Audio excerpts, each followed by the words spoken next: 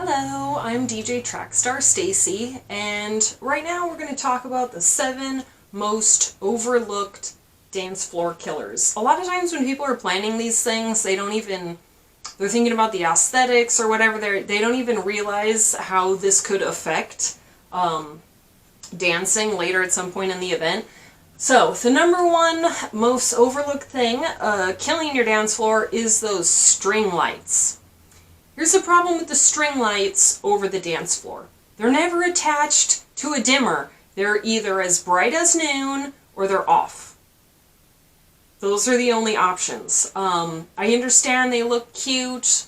You know, they're lovely for providing, enough sort of ambient lighting so that grandma can walk to the bathroom, once the sun sets or whatever. However, the string lights can be placed around the perimeter of the event area and not over the dance floor. So you can still have the look of them without having it be completely super bright on the dance floor. Brightness is definitely a dance floor killer. Okay, item number 2 is, again, probably, you don't necessarily think how this might affect dancing, but when the dance floor is too big, this is a really big problem. Even when the dance floor is completely full, if it's the wrong size, it's always going to look empty. So what happens is you get sort of these 10 people over here and these 3 people over here, and you get these little clumps of people on the dance floor. If you put all of those clumps together on a proper sized dance floor, it'd be like, oh, we got this packed floor. What happens is the people sitting who sort of need that right atmosphere to feel comfortable getting up to dance, those people need to sort of feel like they're going to disappear into a sea of people in order to feel comfortable to get up and dance. Another reason why when it's too bright, those people aren't going to join in. So if there's no way to sort of disappear into a sea of people because there's just these, clumps of people on a dance floor that's too big, you're going to have a lot less dancing. If your dance floor is built in, which I would just as a general rule stay away from any venue with a built-in dance floor, because why? They always make the dance floors twice as big as you need. Likewise, I would stay away from a built-in bar because you also don't have any flexibility on your floor plan. Nevertheless, if you've already booked a venue with a built-in dance floor and there's nothing you can do about it, you can put your tables or your lounge area or whatever furniture you're going to have in there on the dance floor and shrink it down. Another option is you can set up draping on one side and just drape off, just cordon off that one area so it's like it's not even part of the room, to help shrink down that oversized dance floor. Okay. And also at the end of the video, I'm going to include a size chart so that you know, based on how many dancers or how many guests you have, what size of dance floor that you should get. Okay. Most overlooked thing killing your dance floor, number 3, extreme temperature. This is understandable, right? Like, if I'm freezing and like my fingers are numb and I'm seeing my breath and I haven't been able to take my coat off, I'm really not in a mood for dancing. And I enjoy dancing, right? But coldness will just kill that.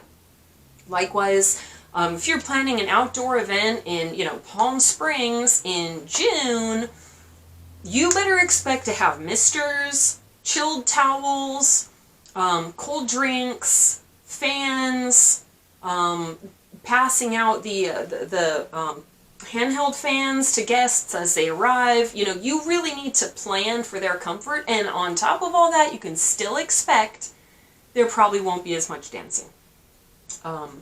It just, again, people really feel like they kind of need these ideal conditions, and if they're, irritated or not comfortable in any way, dancing is going to be way, way down. Okay, item number 4. This is a pet peeve. Reading raffle ticket numbers during the dancing. Now, I understand, at the military ball, they've got like 100 prizes to give away, which I am all for, totally support that. we're not going to sit there and give them all away at once, right? You're going to spread it out throughout the night. Here's how you do that. When your guests come in, give them the raffle tickets and tell them to write their names on the back, legibly. They're writing their names so that the DJ can read it later, okay? Explain that to them, or, you know, whoever's running your raffle. Some other person, you know, you're not just putting it on there for, I don't know, some sort of government accountability or something, right?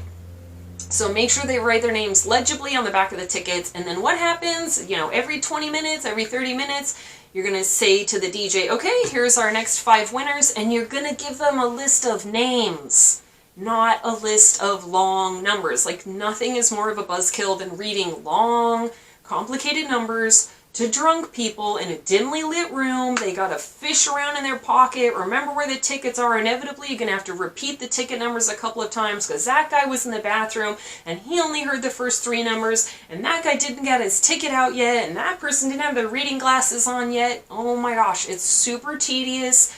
Avoid reading raffle ticket numbers at all costs, okay? Read names, and the DJ can just say, Bob, Jan, Sally, you've won our next round of raffle prizes. Come on over and get your prize. And then have the prizes set up near the DJ. Have, you know, a representative from your organization standing there. Okay, you won the TV, you won the iPod, whatever. That I can't even tell you the night and day how that will improve the dance energy if you're planning on having a raffle at your event. Okay, item number 5, killing your dance floor, is a spread out event floor plan.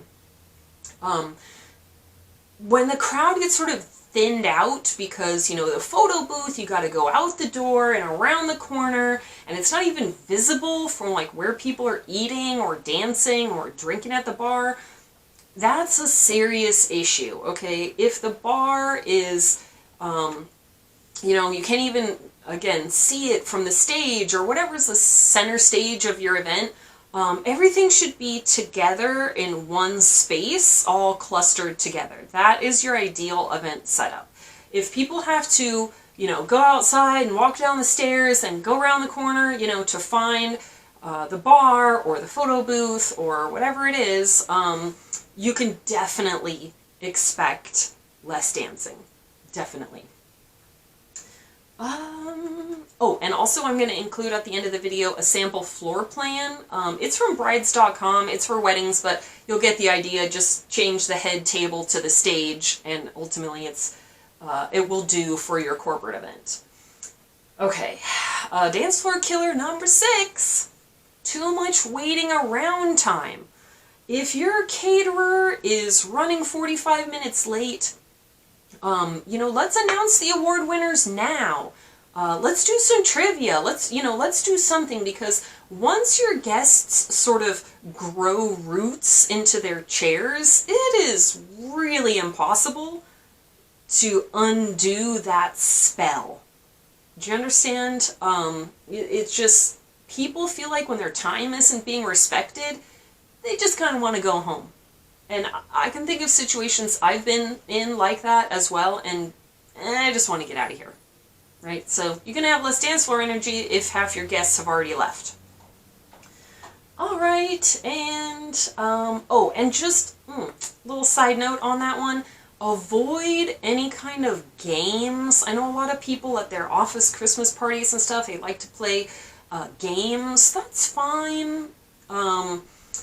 I recommend just doing things that are idiot-proof. Don't play games where you have to read and explain a long list of complicated rules. It always reminds me of that episode of Friends where Monica is having a birthday party for Rachel, and across the hall, Joey and Chandler are having another party. At Monica's party, it's like, don't forget to use your coaster. And, you know, at Joey and Chandler's party, they got loud music and barn animals, and everyone wants to be over there. So, try not to have like a Monica feel to your party, and you'll definitely have more dancing.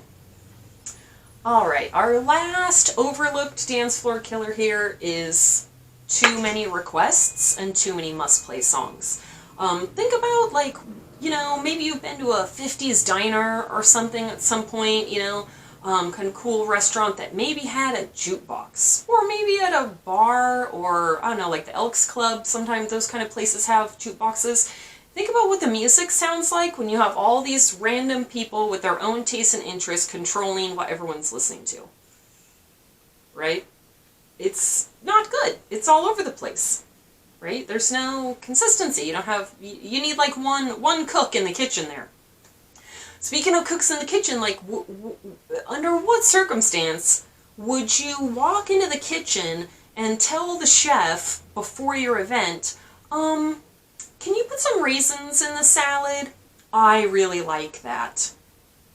Okay, I mean, not everybody's gonna like raisins in their salad. That's kind of weird, right? Just because it's your favorite doesn't mean other people are gonna like it. Like, we just let the chef use their expertise to decide what should be in the salad.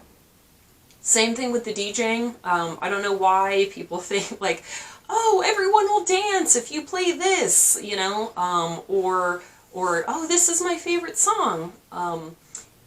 I have been DJing for 15 years, and at events where I play more guest requests, there's always less dancing. At events where I play fewer guest requests, where I'm more strict and I'm sort of empowered by the event planner to use my discretion more to turn down songs I don't feel like are appropriate. At those events where I play less requests, there's always more dancing. That's just, it's something I have seen in and out for 15 years. So please do consider that. Really, if you feel the need to be, you know, micromanaging and backseat driving the DJ, you hired the wrong person. In which case you can watch my other video about critical questions that event planners fail to ask DJs. So make sure you hire the right person, and you shouldn't find yourself needing to go over there and every 10 minutes and tell them play this or don't play that or whatever. Can you change this?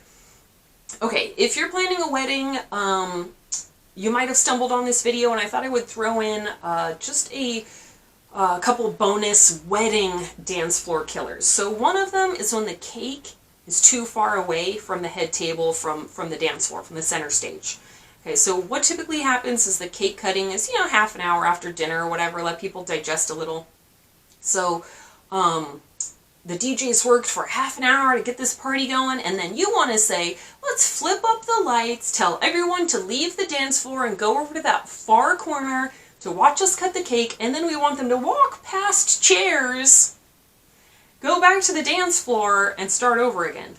Ugh, no, okay? The cake should be next to the head table. It'll get seen more, it'll photograph more, you've spent hundreds of dollars on this cake, don't put it in the corner, okay? The head table should have a cake next to it, and then when you do the cake cutting, you can have all the guests come to the dance floor. So people that haven't been on the dance floor all night will actually come to the dance floor, and you can flip it and turn it into a dance floor booster rather than a dance floor killer. And then the second thing that kills a wedding dance floor, particularly just for weddings, is when the newlyweds are not dancing, okay?